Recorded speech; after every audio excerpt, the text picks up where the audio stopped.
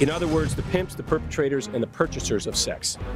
We are targeting Johns and pimps, those that treat sex services as a commodity.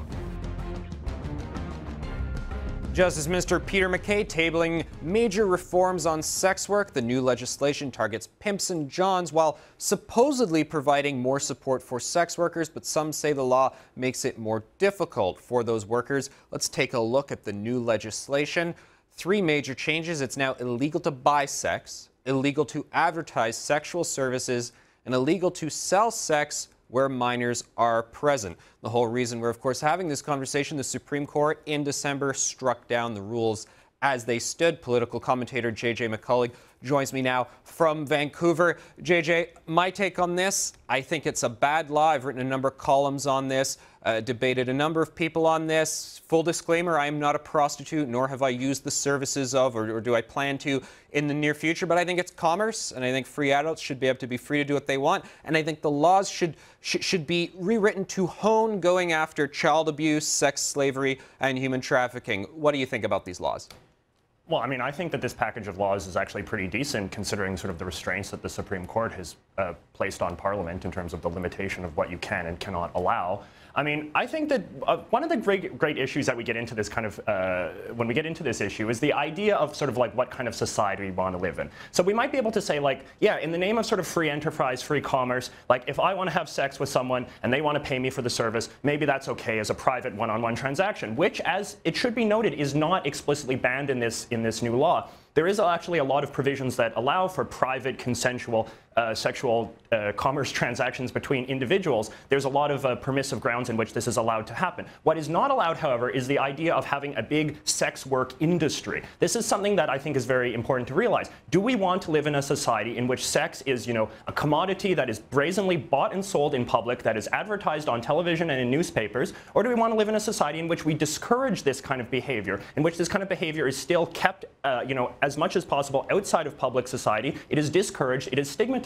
And I think that that's why one of the most, from my perspective, one of the most admirable things about this announcement is that Minister MacKay has said that his government plans to spend $20 million for support to get women out of prostitution, to encourage women to not go into prostitution in the first place, because overall this is a moral ill. It is a bad thing for women to be selling their bodies. And there's the issue. You've gone to this as a moral issue.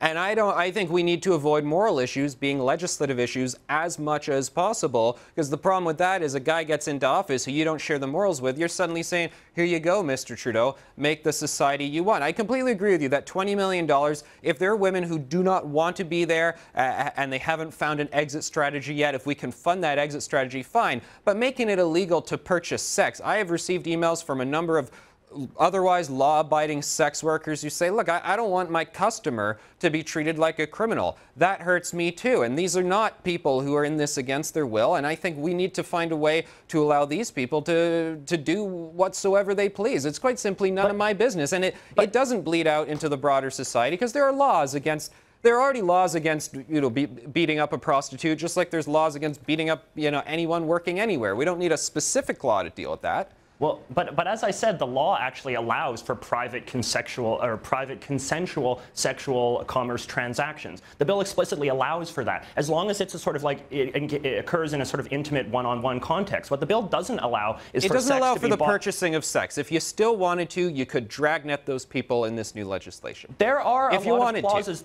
There are a lot of clauses that grant sort of permissions for, in which case, sort of private consensual sexual transactions are allowed. What the bill really goes out of its way to do is it takes it out of the public spotlight. No sexual transactions, no prostitution in public places where the public is present, no advertising of sexual services in public forums, in newspapers, on television, and whatnot. This is the crux of the issue. It's not an issue about whether or not people can buy and sell sex in the privacy of their own home, one-on-one. It's whether or not we want to have a sexual transactional, a prostitution industry, a sex worker industry. And that's why the biggest complaints about this legislation. It's the government's job to decide that there isn't an industry, though, because that's where, I find it bizarre that the industry is as large as it is, but apparently there's a human desire for this. Is it the government's job to completely get rid of the otherwise legal industry? The private stuff that we agree, the people who are emailing me, who we acknowledge they're not criminals, we should let them do their thing. And if they want to, I don't know, they want to have a union or an association or a bunch of them get an office going together, as long as they're not getting in the way of other people's liberties, I don't understand how that's a problem.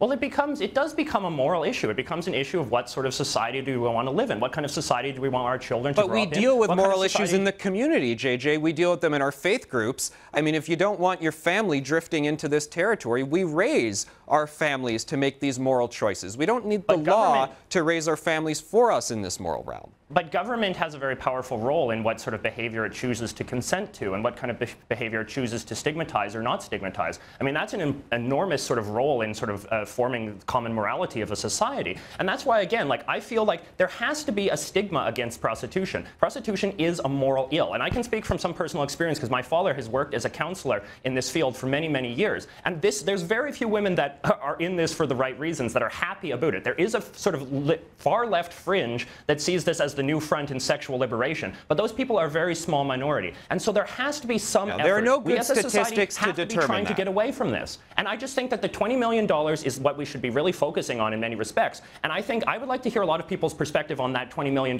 because that really gets to the crux of the issue. Are we in the business of trying to discourage prostitution? Are we trying to stigmatize JJ, we're talking about the restrictive law here, because we know the $20 million is a program rollout that can happen regardless of this legislative law here. I think the $20 million is fantastic. If there are people who don't want to be in this field, and there are many who are there, and it's slavery and so forth, and that's already illegal, let's find ways to go get them and help them. Right now, the law still, as it exists, dragnets otherwise law-abiding citizens. It's that simple. I agree with you. Focus on the $20 million program. I don't know why we need to make it completely illegal for Johns to be Johns. I don't get why they do what they do, but they're doing it. We make it illegal because it discourages people from wanting to do it. That is the whole purpose of laws, is you have a legal framework that says there is a consequence for doing this action, and as a result, less people want to do it. And the purpose of laws should be to maximize liberties. I think law should be responding to the general zeitgeist, and the zeitgeist is showing now that people are a lot more laissez-faire on this moral stuff. Just don't harm other people while they're doing it. I want to I want to keep this argument going, but we're out of time. I've been told it a few times already. But thank you very much, sir, for joining me.